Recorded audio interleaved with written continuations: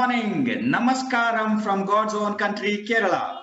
Today, here we are for the first session of the ISA WEBCON Kerala 2020. To begin with, we have a strong opening batsman. The first session will be chaired by we have with us Dr. Suresh Bhargav sir, Dr. BRK, that is none other than Dr. B. Radhakrishnan, and we have our own EKM Abdul Nazar sir, and Dr. Sheetal Dalal, and last but not the least, Chumki Datta ma'am.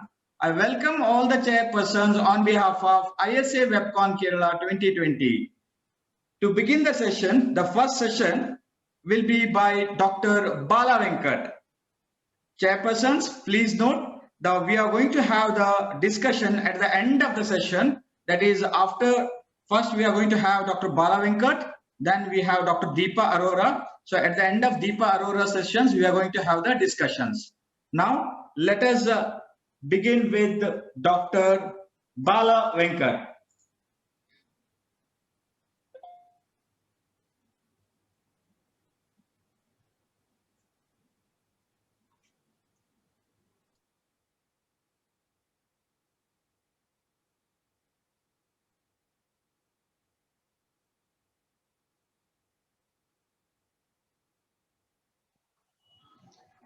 A very happy morning to all of you. I deem it a great privilege and pleasure to share my thoughts in the CME organized by the state chapter of the Indian Society of Anesthesiologists, Kerala. At the outset, I would like to extend my sincere thanks to all the leaders of the Indian Society of Anesthesiologists, Kerala, led by Dr. Nasser and Dr. Vinil. It is very important that as we progress in our career as anesthesiologists, we need to embark on the journey and embrace all the new things that are coming into clinical practice. One equipment which has made a huge impact in the way we practice anesthesia is ultrasound. Today, I will share with you some of the thoughts on ultrasound-guided regional nerve blocks, few tips and tricks. I bring to you greetings from Ganga Medical Center and Hospital, a tertiary care referral center for trauma, orthopedics, plastic surgery, microvascular surgery. By nature of the surgical procedures performed, it becomes very crucial and important that we embark on the journey of imparting regional anesthesia practice to all the anesthesiologists and trainees in our institution. We have about 650 beds and we have 36 operating theaters, roughly 25,000 surgeries per year, out of which 60% need an ultrasound-guided nerve block. We have 12 dedicated ultrasound machines. And as I said, we approximately perform 15,000 and more nerve blocks every year. You all agree with me that one of the most important things for which a patient comes to your hospital is significant pain. And pain relief becomes the work of anesthesiologist. And when we do that appropriately for the patient, we truly become the angels. When a patient arrives like this, you will all agree with me, the best thing is to do is to produce a brachial plexus block. So it's a superb instrument in our armamentarium, and ultrasound regional anesthesia seems to be the way forward when you treat major trauma. And it also becomes the best form of multimodal analgesia. Within seconds of arrival, you make this patient pain-free. And when the patient is bleeding, you put a tourniquet and stop the bleeding even before the procedure has started. So it is a very crucial part. And a perfect block in a patient who comes like this, who's not nilparoral. And I think I can never emphasize more on the need to do a perfect block. How to get a perfect block, what it does to you. When you produce a perfect block as an anesthesiologist, you become a versatile anesthetist. You become extremely skillful, and this produces immense inner confidence. It increases your self-pride. You raise in your own eyes, and you become respected by the surgical colleagues and all your colleagues. How do you get the principles of getting your block right? The primary need is the distance between the nerve that is to be blocked to the needle tip should be very minimal, which will allow you to place the local anesthetic solution close to the nerve. And if you do that, the amount of drug that you need to produce a good block is very less. And in the process, you prevent a nerve injury. So how do you do a nerve block? It could be done with a nerve stimulator, or it could be done by ultrasound, or if you are in the beginning phase or when you're doing a deeper block, it will be a combination of ultrasound with a nerve stimulator. So you need to do and create a block room if you have to be extremely successful. And this allows you to do the block at ease without being interfered by anyone else, including the surgical colleagues. And the place where you perform the block should have all that is needed to monitor and to resuscitate if there is development of local anesthetic systemic toxicity. And you need to do this block at least 30 minutes prior to the surgical time. So this, I think, is one of the most important tip and trick to get the block right. When you do it in the right atmosphere, when you're very calm and quiet, and when you have done this block much before that is needed, and the surgeons will never pressurize you for want of time. So USG has become the gold standard in regional anesthesia, and several publications have said that this is far superior to the nerve block through the nerve stimulator. What is the power of ultrasound? I just wanted you to experience this. This is Mr. Anand Peter. With his permission, I'm projecting it here. He's one of the most renowned person who does live transmission of surgeries. And we were about to start an orthopedic live conference. And half an hour prior to that, he fell down while he was climbing stairs and came with a dislocation of the wrist with a fracture of the distal radius with excruciating pain. It was decided to go ahead with the block. So he had a subclavian perivascular block 5 minutes after arrival. And after 5 minutes, he went ahead to do the procedure was done on him. A close reduction with pinning was done. And believe me, at 9 o'clock, he was all set to be a part of the process of the live workshop. And when the workshop got over at 5 p.m., he drove back with the help of his son back home and with the daycare anesthesia. No sedation, excellent pain relief.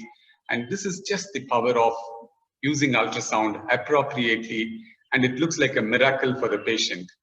I just want to quote that this is a supraclavicular block that was done as a sole anesthetic technique in craniophagus twins. It's a case report. These twins are connected to each other in the cranial level. So if you need to give anesthesia, you need to give anesthesia for both of them. But one of them, the twin X, suffered a fracture of the radius. And just wanted to quote, if it was not for the block, we have to give GA for both the twins. But here, the twin X alone got a block and twin Y was devoid of getting any kind of an anesthetic. But for sure, you know that we need an excellent quality of block. And whenever you embark on a block, the next tip and trick is you definitely have to do the pre-anesthetic assessment and make sure you will examine the place locally. And most importantly, you need to know which block and what approach that you are going to do much prior to embarking on the journey of doing the block. And it's also very, very important that you administer the block mentally much before you do it physically. I consider this as the next tip and trick. And tomorrow, if you are going to do a popliteal sciatic block, it is crucial that you watch several videos that are present in the Google and you mentally do a block much before you go and do it physically. This is very important. Now, why ultrasound for regional anesthesia? Ultrasound allows visualization of the anatomy of the region in which you're going to place the drug. It has actually significantly shortened the block performance time and also reduced the number of needle passes to reach the target in several studies that have been done so far. The frequency of accidental vascular puncture has been found to be very low, and the block onset time has significantly shortened. And ultrasound has allowed dose reduction of local anesthetic solution. So how to obtain competence? Now, several of us, when we were doing the postgraduate studies, we did not have an access to an ultrasound. Now, how suddenly to gain competence?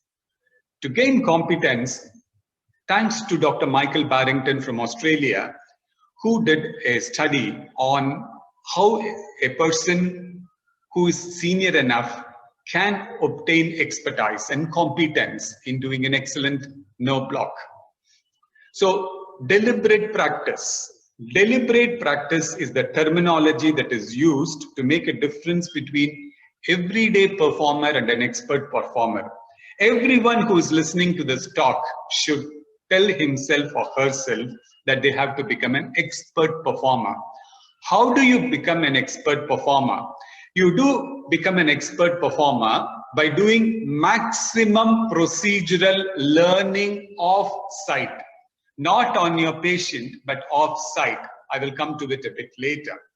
You need to have the core knowledge about the block before pursuing to do the block.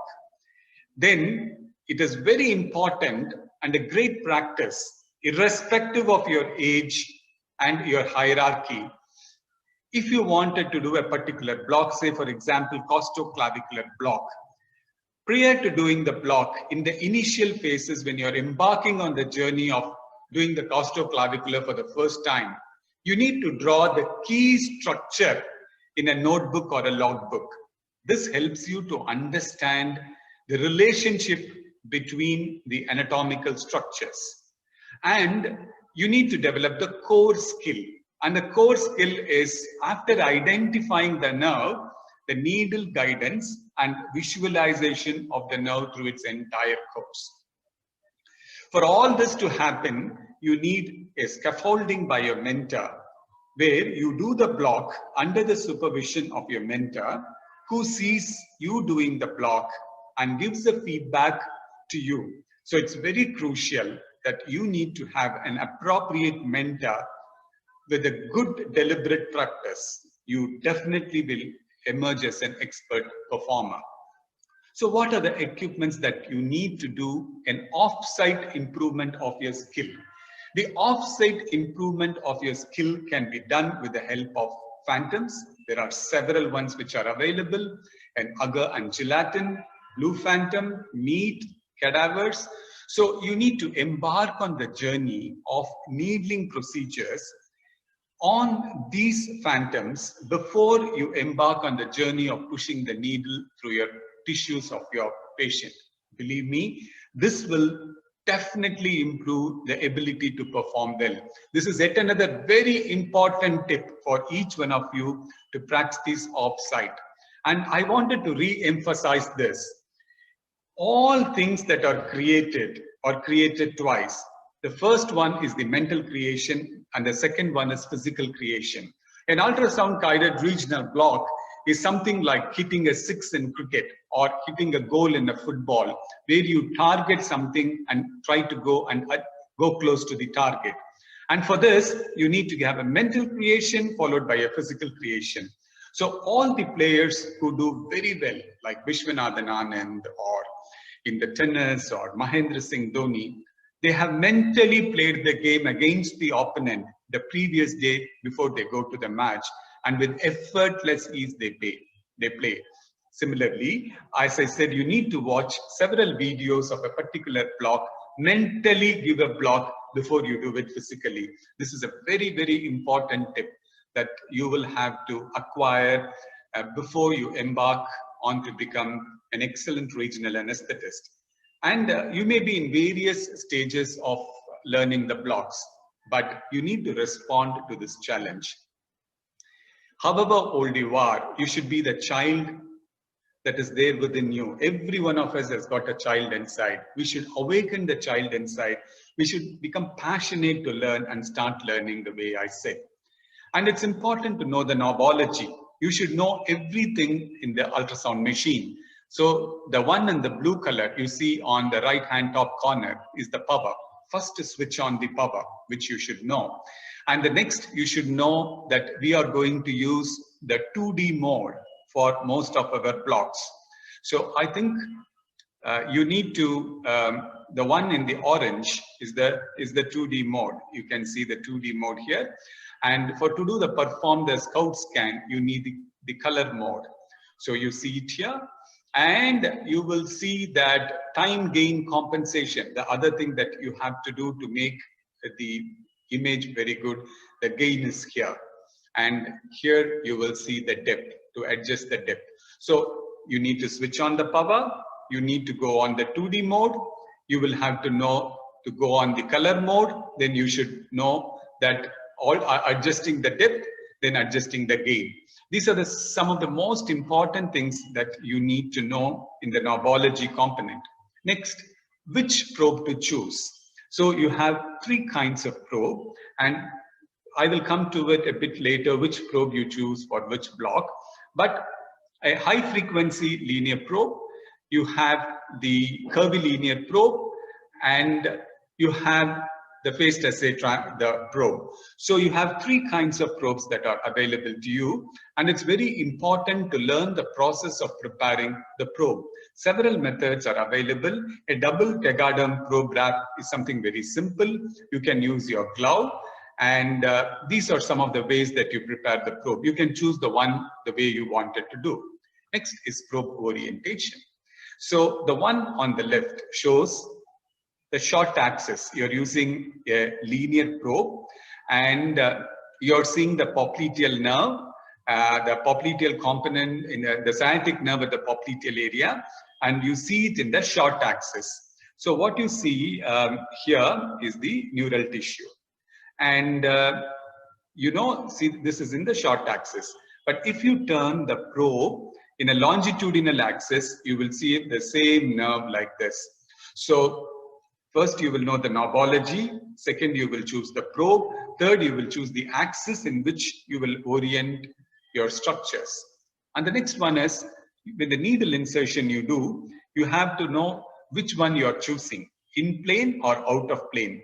In an in plane, you see the entire course of the needle, but it penetrates to a larger part of the tissues. So when you are doing the block in an awake patient, there may be some kind of discomfort when you do in-plane technique. In an out-of-plane technique, the disadvantage would be that you will see just the tip of the needle, and you will not see the entire course of the needle. So you just see the tip of the needle. So there are 2 ways of inserting the needle, needling technique. One is in plane, which is, you see the whole ultrasound beam hits on the entire needle, gets reflected back, so you will see the entire course. And the other one, you will only see the tip. Next thing that you need to know is the ergonomics. So the person who is going to give the block, the anatomy or the area which you're going to block, plus the ultrasound machine, they should be in the same axis. The operator, needle and transducer, and the monitor should be in the same axis. This is another important tip to do a right kind of a block. So what kind of probes that you choose for the blocks that you are going to perform? So when they're superficial structures up to 5 to 6 centimeter depth, you choose a linear probe, and the frequency is 6 to 13 megahertz. Brachial plexus, abdominal wall blocks, femoral block, distal sciatic block, and all the peripheral nerves, you use a linear probe. You use a curvilinear probe when the depth is far deeper, between 5 to 6 centimeters. And the frequency of this probe is 2 to 5 megahertz. The neuraxial block, the lumbar plexus block, the proximal sciatic block uses a curvilinear probe. So how to acquire competency, and which I described it earlier on how you need to do it with a mentor. But there are 3 kinds of block. Basic block, which is very simple to learn. Number 2, intermediate block requires specific subspecialty training. And number 3, level 3 is advanced blocks. So there are a lot of studies which shows that how easy or how difficult it is to perform the block. The interscalene, axillary, femoral, saphenous, they're all level 1 blocks. Whereas lumbar plexus, thoracic paravertebral, epidural and ultrasound are advanced blocks. Supraclavicular, infraclavicular, intercostal, obturator, sciatic and popliteal, they go into the intermediate level of blocks. So when you embark on the journey, first embark on the basic blocks or level 1 blocks, then go to the intermediate blocks, and then when you have become competent in those two, then you embark on the journey to go for much deeper blocks. Now, the most important thing when you wanted to decipher the sonoanatomy, you should know 3 things. Number 1 are the echogenicity of the tissue, refers the ability to reflect the ultrasound waves. So according to the echogenicity of the structures can be classified as hyperechoic, hypoechoic, anechoic. Hyperechoic is white, hypoechoic is gray, anechoic is black. The bony structures are bright hyperechoic rim with anechoic shadow beneath it. So this is very important for you to know. The blood vessels are black or anechoic. An artery will be pulsating. A vein will be anechoic, but it can be compressible. The muscles are hypoechoic striate structures with hyperechoic fascia and connective tissue. The proximal nerves are hypoechoic halo with thin hyperechoic rim of connective tissue, whereas the distal nerves are more hyperechoic with stippled appearance. This is because they have more connective tissue, and tendons and fascia are hyperechoic. We will just see how a muscle looks. So it's a mixture of hyperechoic and hypoechoic area with striations in between. You see, this is the bone, the bony rim. It is hyperechoic with the acoustic shadow down below. The fluid is anechoic, which you see here. And you see the nerve and the tendons look like this. And as I said, when you wanted to know whether it's a nerve or a tendon, if you're a beginner, you can use a nerve stimulator along with that to stimulate the nerve and see, or track the nerve proximally or distally to know whether it's a nerve or a tendon. Tendon goes and gets attached to a bone. So this is just to probably just to let you know the simplest of the blocks. So here you see what you see is an anechoic area. This is the subclavian artery, and you see this is the pleura, the hyperechoic structure, and this is the rib. So this is how you slowly make sure that you come to know about the various structures. Same thing, now when you go towards the interscalene region, you see the brachial plexus in between. Here you see the subclavian vessel. Here you see the rib and the acoustic shadow below that. And here you see the pleura with the lung here. And that is the scalene muscle. So slowly you should tune your eyes for this. And once you have got the structures inside, gain is something which we discussed. Gain is a uniform amplification of ultrasound signal that is returning to the transducer after it travels through the tissue. So to get an optimum gain, the one you see here, it's an over gain. So I showed you in the knobology, the knob to change the gain. So you need to press it to get the optimum gain to see the structures very clearly. And this is an under gain. So you have to enhance the gain if it's an under gain, or you have to decrease the pressing the knob of the gain if it's an over gain. So optimizing sonoanatomy visualization. Now with the transducer, what you need to do to produce the optimum image. Number one is pressure with the transducer. You put adequate pressure to make sure that you see the parts clearly. Next one, align the transducer with the underlying nerve target. And third one, rotate the transducer to fine tune your image. And fourth one is tilt the transducer to optimize the image. So PART, put adequate pressure, align the transducer to the neural structures, rotate the transducer left or right to make sure that you get the correct alignment, and tilt the transducer to optimize the image. So this is something next trip that you need to know. Now, the most important thing is several people think that they've got the sonoanatomy right, but they're not able to visualize the needle. And this can be done by repeated practice off-site. But most important thing is you need to learn the needle insertion, alignment of the needle along the path of the transducer, and once you put the needle, don't change its direction, but change the direction or tilt the probe to make sure that you see the needle very well. And when you go out of plane technique, it's important that the tip of the needle, if you don't see, you have to hydrolocate. You just keep injecting little bit of the saline where it becomes anechoic and the tip is seen very clearly. So hydrodissection becomes a way to do it. And before you push in your needle, it's very important that you do a scout scan to ascertain the anatomy, to see if there are any blood vessels close to the neural tissues that you have identified or in the pathway where the needle is going to go. So do not advance needle tip if you have not localized the tip of the needle and you have not localized the neural tissue. As I said, hydrodissection is a way that you will identify the tip of the needle. So echogenic needles are available now, which will make the visual image much better than the conventional needles.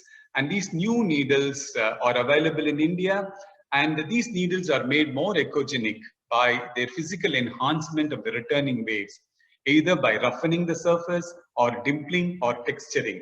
So this is a very nice way of doing it. And these are some of the echogenic needles which are commercially available in India. And apart from that, we have got what is called as needle guides. So this technology is there in several of the new machines which are coming in, which guides you the course of the needle and the direction of the needle. So advanced needle tracking is there in Sonic's GPS. So the minute you put the needle on the skin, it will show the pathway in which most probably the needle is going to take and travel. With this, you can alter the angle at which you will pierce the skin. So these are available, and Google Scan is something new which has come inside and very interesting. So where the whole image is visualized by your spectacles, but this is a long way to go. So, but I would advocate that if you want to become good to great in the blog, you need to have leadership within yourself. A paradoxical combination of personal humility, where you think even in spite of your seniority, you would like to learn, and a professional will to grow. You will channelize all your energy and drive and creativity and try to learn the discipline. And what you will do is, what will happen is, you will emerge very strong, and you will emerge much larger and more enduring than yourself before. So it is very important that as an anesthesiologist, we really need to go in and learn these tips and tricks. And I am extremely confident that every one of us can learn this skill by dedicating time and energy to learn it. Off-site learning is more important, and a core knowledge competence is very important. With these things, you can certainly pass on the benefit of the ultrasound guided regional block to every single patient who comes in, not only to give successful surgical anesthesia, but as a component of multimodal analgesia and make them completely pain-free. The world is divided into two: anesthesiologists who can use ultrasound and anesthesiologists who cannot. And I would wanted to request everyone to embark on the journey to learn the art and skill of using this machine, which will make a huge difference in your clinical practice. Thank you so much for your patient hearing.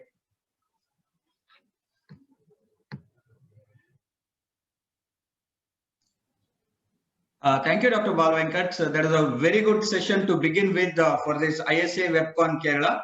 To move ahead, we have our second speaker, Dr. Deep Arora.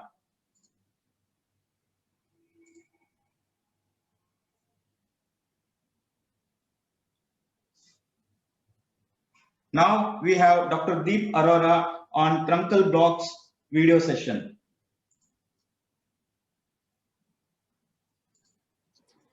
Good morning. I thank Dr. Nazar and his team for having me here for ISA WEBCON Kerala 2020.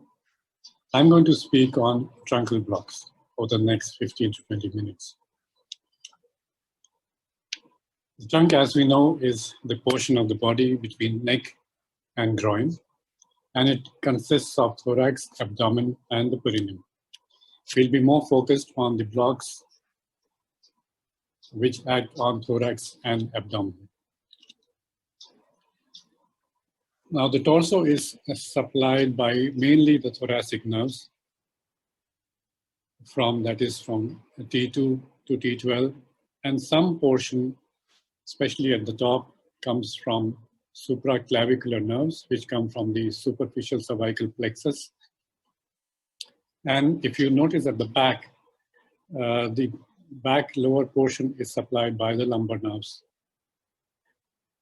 Now, the course of the thoracic nerve is that once it arises from the spinal cord, the root divides into dorsal branch, which supply basically the muscles at the back, erector spinae muscles, as well as portion of the vertebral column, the skin at the back through its posterior cutaneous branch, and the ventral branch runs between the innermost and the internal intercostal muscles, right till the sternal border.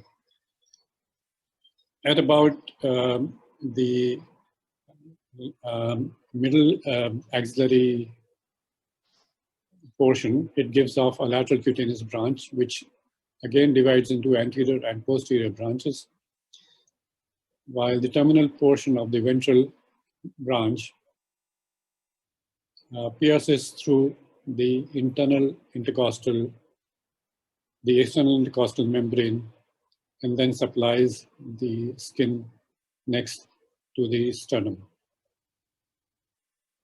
Now, as we can see that the skin of the thorax and the abdomen, it is supplied by different branches of the same thoracic nerve or thoracolumbar nerves. Now, we also know that the various visceral organs receive their supply from parasympathetic as well as the sympathetic nervous system. The parasympathetic comes from mainly the vagus and some portion, especially for the pelvic organs, from the sacral segments, while the sympathetic supply is from the thoracolumbar outflow. So various organs receive their supply from, as I said, from the sympathetic chain, which comes through various ganglia like celiac, the superior mesenteric, inferior mesenteric ganglia. Now, thoracic epidural has been the gold standard so far for many years for pain relief, for any surgeries or procedures involving the thorax and the abdomen. However, it has its own disadvantages, and like this third NAP, or the National Audit Project from the UK, attributed nearly one injury or death in every 5,800 to 12,000 cases of epidurals. That's quite a serious statistics. And it also said that only 2/3 of the epidurals offer optimal pain relief for the intended period. It is an advanced technique. We all know that. It's not meant for everybody, especially the beginners. And it is associated with its own side effects. And it cannot be given for patients who are on antiplatelets, anticoagulants, and who are coagulopathic. And it can sometimes, rarely, result in serious complication like epidural hematoma. So therefore, Professor Narendra Rawal said that question this, that whether it is really the gold standard anymore. Thoracic paravertebral block can be as efficacious as thoracic epidural with less side effects.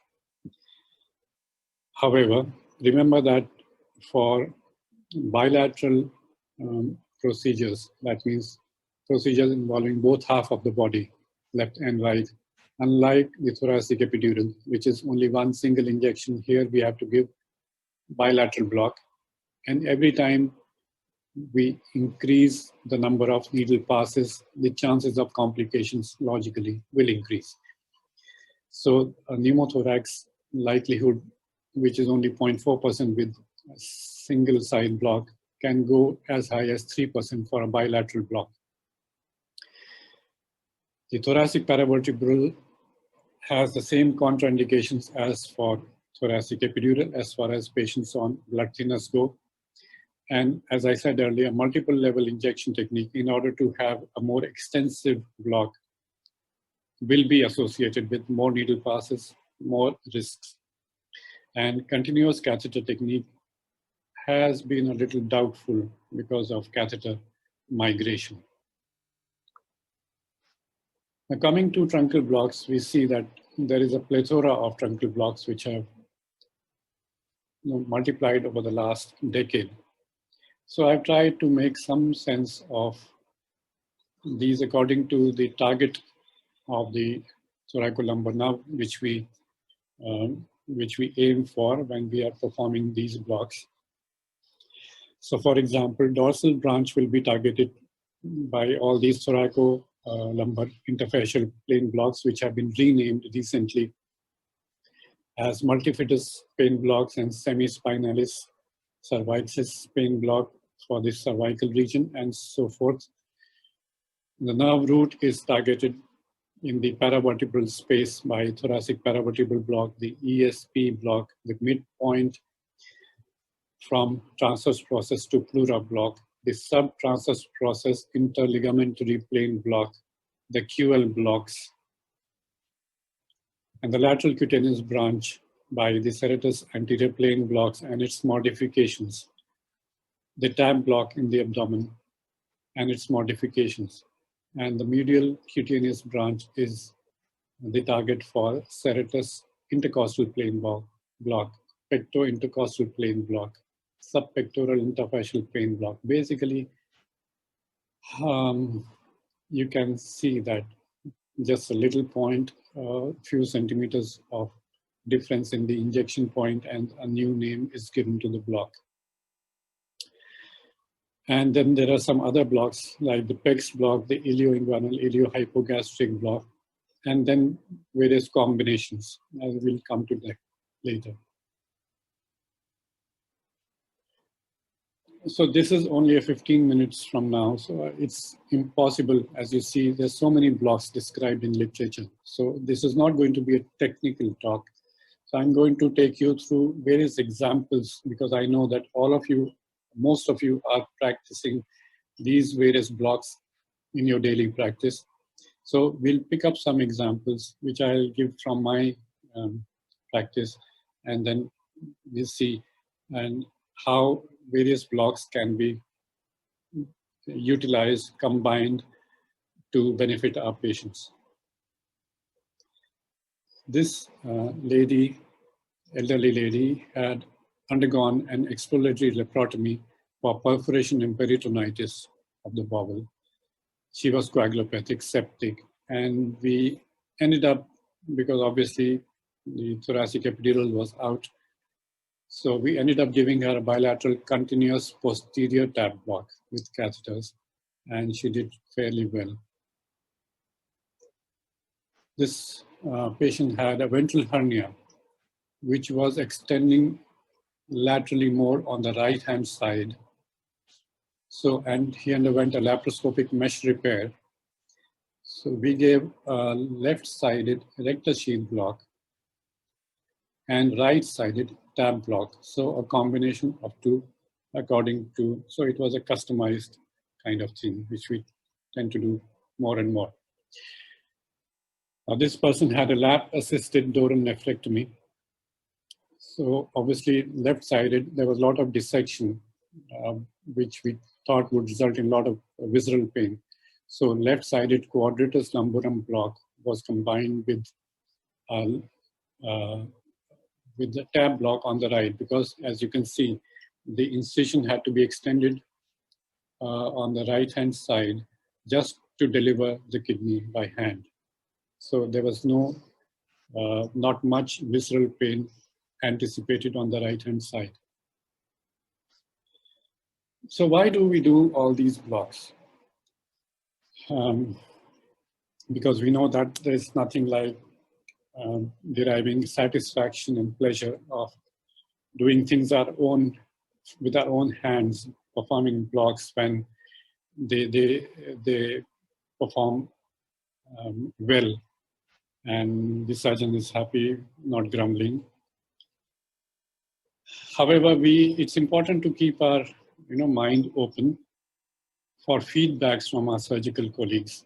So we were doing tab blocks from 2010 to 2014 for our post C-section patients' pain relief.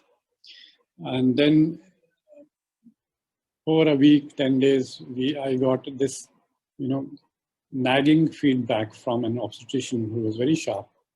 She said that she could not discern any significant benefit of tab block in her patients post C-section. And then that kind of pushed me to think of something else, and we switched to QL blocks. This happened in 2015. And bilateral QL blocks, and the same obstetrician came up to me and said that the result was much better. However, one must keep in mind that even QL blocks can result in vascular injury and hematoma. And there have been a couple of cases where the laparotomy had to be performed to rescue these patients.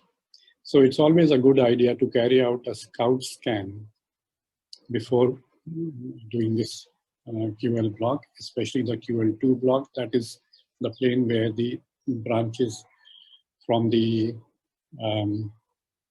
lumbar arteries run.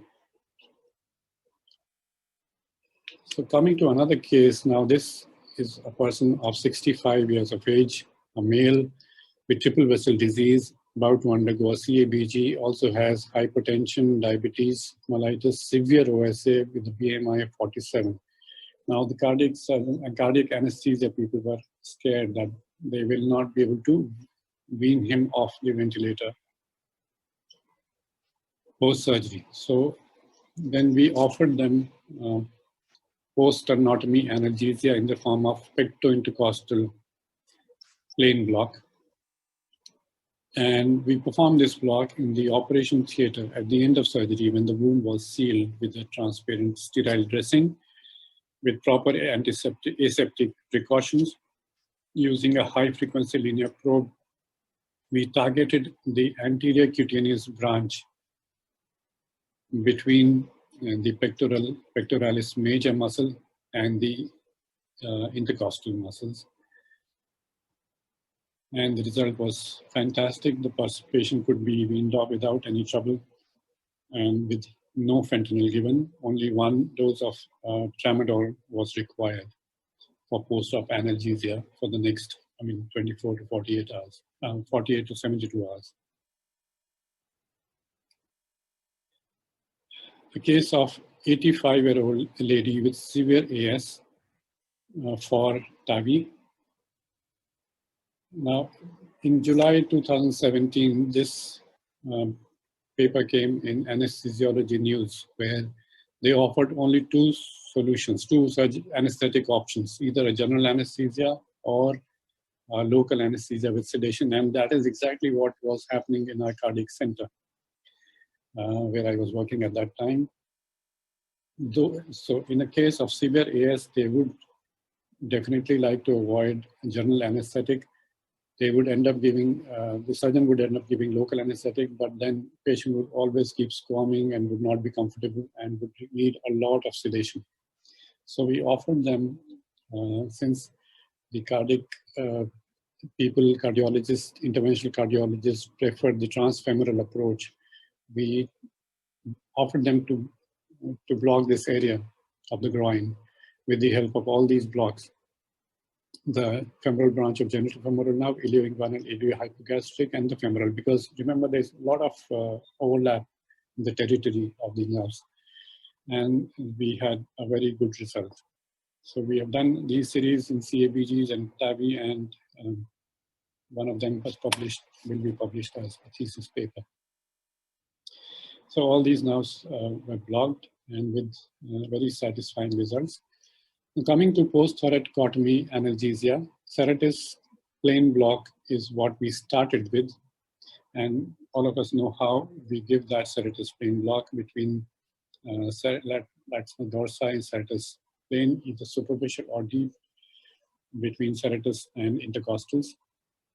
But remember, the incision is not always limited to the lateral thoracic wall. Either it extends posteriorly into the posterior cutaneous branch territory or into the medial cutaneous branch anteriorly territory. So what do we do? That is not an option. It needs to be combined with something else. So coming to the erector spiny plain block, which was described in 2016 by Ferrero, where he said that the local anesthetic deposited beneath the erector spiny muscle on top of the transverse process in that plane will result in the local anesthetic tracking down towards the neuraxis, the paravertebral space. And so this, and we can see right at the bottom of the screen that how the number of publications on this particular block, as it has caught the fancy of anesthesiologists all over the world, the number of publications has skyrocketed. So this particular block has the capability of providing analgesia for all the above procedures that we have described so far. And not only that, coming to another example from my practice, complex lower limb surgery, where a bone graft had to be harvested from the iliac crest, which we know is T12 L1 territory, and also it had to be combined with the surgery actual on the periprosthetic tibial fracture. So a lot of area had to be covered, and this ESP block performed lower down at the level of L3, L4, did remarkably well. Coming to the other extreme of the torso, the upper back and the shoulder surgery, this elderly lady, very frail, with fracture humerus, with scapular region aberration. So again, a combination of territories of brachial plexus as well as the thoracic nerves. This we performed this ESP block at the level of C7, and it did remarkably well without causing any phrenic nerve palsy. ESP block has also been used for spinal surgeries, and we have also done that in our center for as a sole anesthetic for kyphoplasties and as post-op analgesia and intra-op analgesia for other spinal long or extensive spinal procedures.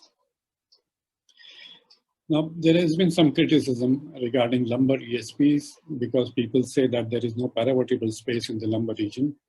So lumbar, actually they think that lumbar ESP is actually a lumbar plexus block. However, coming to this case report, a 57-year-old male had CRPS and also had an implanted spinal cord stimulator, which was functioning normally, but resulted in periodic aggravation of the pain. Lumbar plexus block was performed to no effect, and erector spiny plain block was given at L4, which resulted in pain relief, and there was no spread demonstrated to the lumbar plexus. This is this is one example of how we perform the erector spinae. You can see the erector spinae muscle lifting up and the plane opening up right on top of the transverse processes.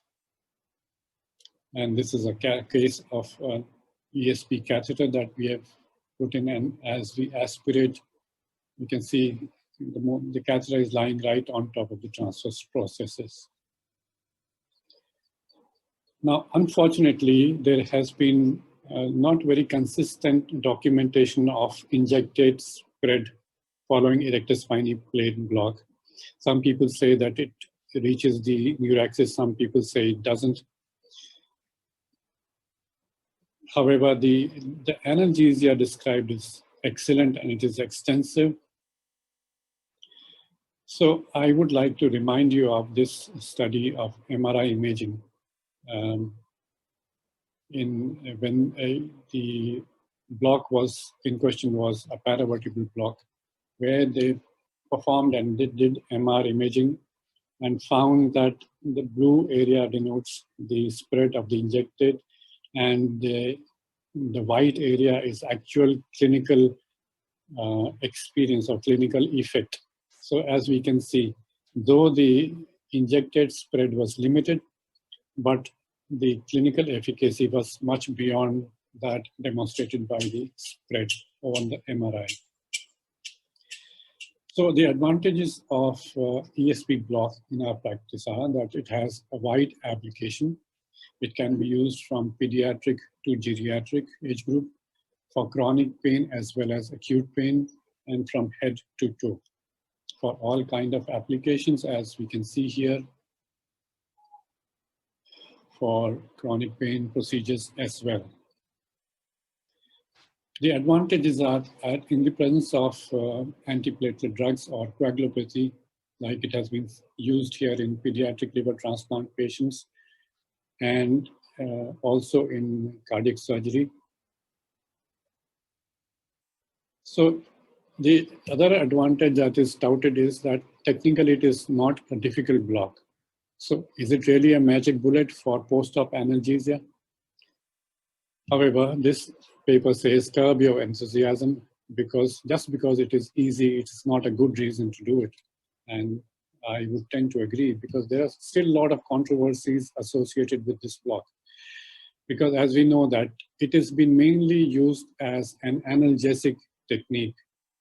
But what about providing anesthesia? I said that I've used this as an anesthetic technique for kyphoplasty, but that's a very small procedure. But recently, a paper has been published in the Indian Journal of Anesthesia where they've used this in 30 cases of mastectomy.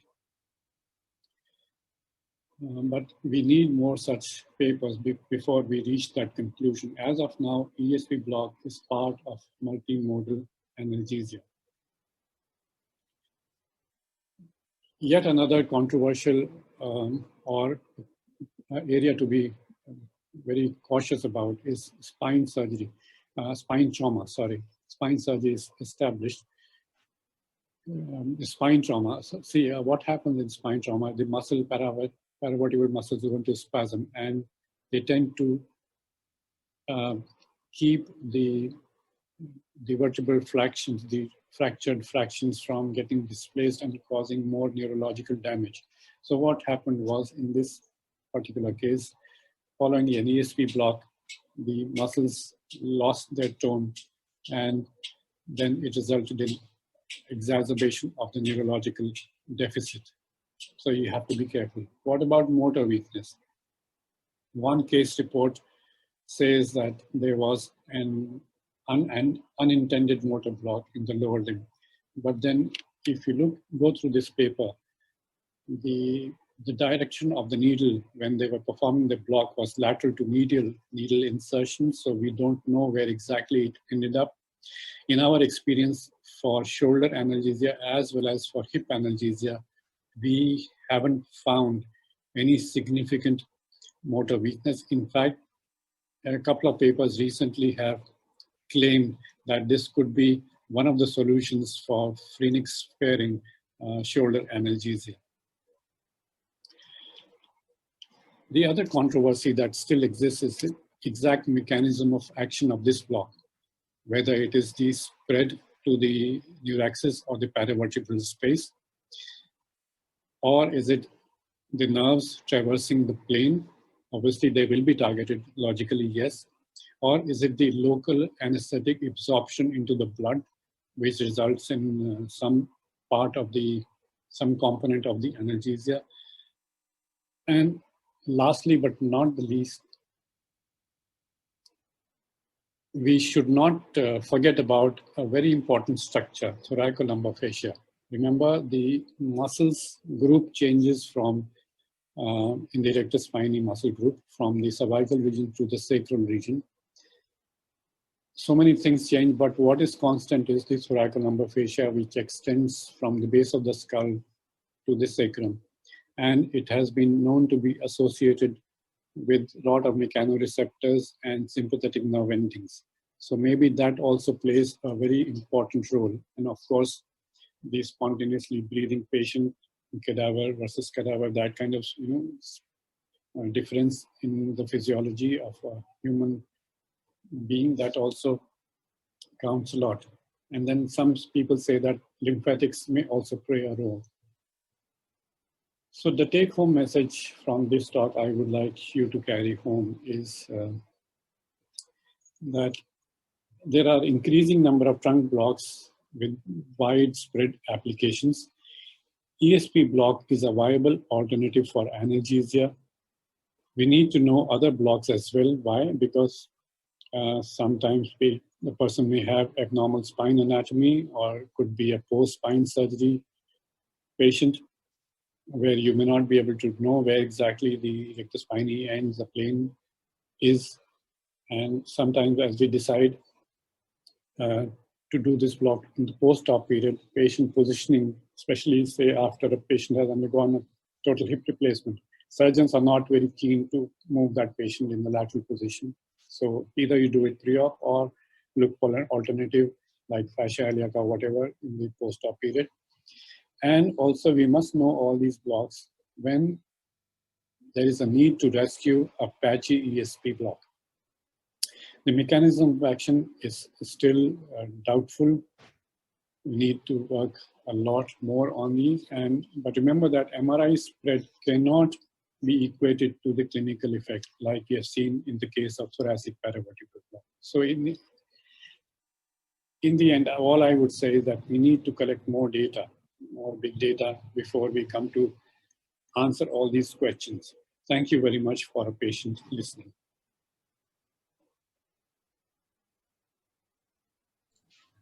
Thank you, Doctor. That was a perfect session to begin with our ISA WEBCON Kerala. So now the platform is open for discussion, and we have, as I already mentioned, we have with us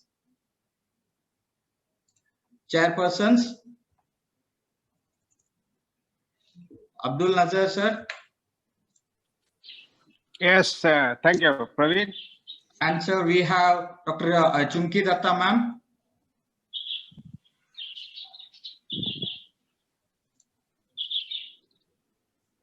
Ma'am is not there. Ma'am is there. Ma'am, Chumki ma'am, please unmute. And we have Dr. Sheetal. Yes, I am here. BRK sir is also there, no? Yes, sir. BRK sir. BRK sir, you can begin with. BRK sir, please.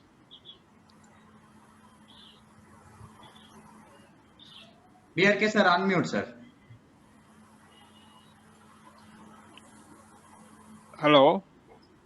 Yes, sir. BRK Yeah, sir. I am unmuted. Yeah, I am unmuted. Okay, sir, please start. Yeah. Sir, there was a one question, so I'll just put it across the panelist.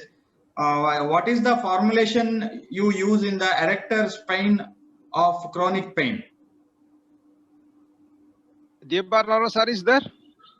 No. Yes. Could you repeat the question once more? Yeah, what is the formulation you use in erector spine for chronic pain? Erector spine. I know. We are going to ask the speakers. Okay. You unmute the speakers. Yes, sir. We did. Yeah, Dr. Balavangan. Dr. Balavangan. So this is a question to Dr. Deepa. This is a question to Dr. Deepa Rao, sir. Deepa. Balavenkat, yeah. sir, just unmute, sir. Yes.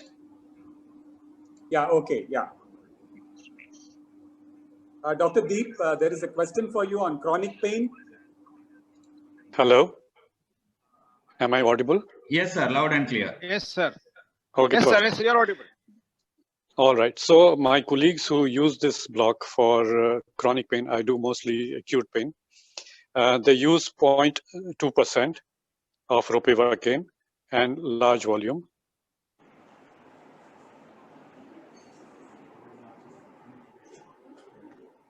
Hello. Yeah, Yes, we sir. are Yes, sir. hearing You're you. audible. Please We carry are on. hearing you. So 0.2% of ropivacaine is what is used. Sir, one more point regarding this. If you give a block for your local anesthetic, your purpose is also to break the pain cycle. Because when Correct. you break the pain cycle, your requirement of analgesic really comes down. And in such situation, Absolutely. you may have to give one or two sittings of the block. That will take away majority of the pain, and he can be managed with a mild analgesic. That's our purpose Absolutely in chronic right. pain. Yes, sir. That is it. Because nothing else is working, then this is a very good modality to break the pain cycle, like you said.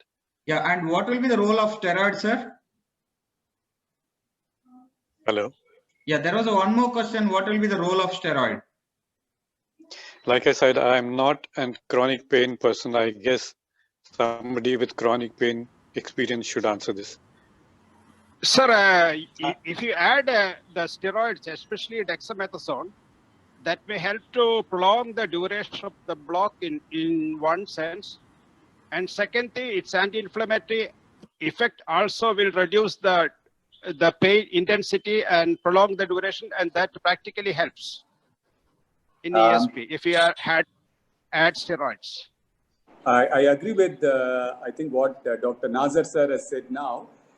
We do a lot of patients who come with severe cervical radiculopathy, significant cervical radiculopathy.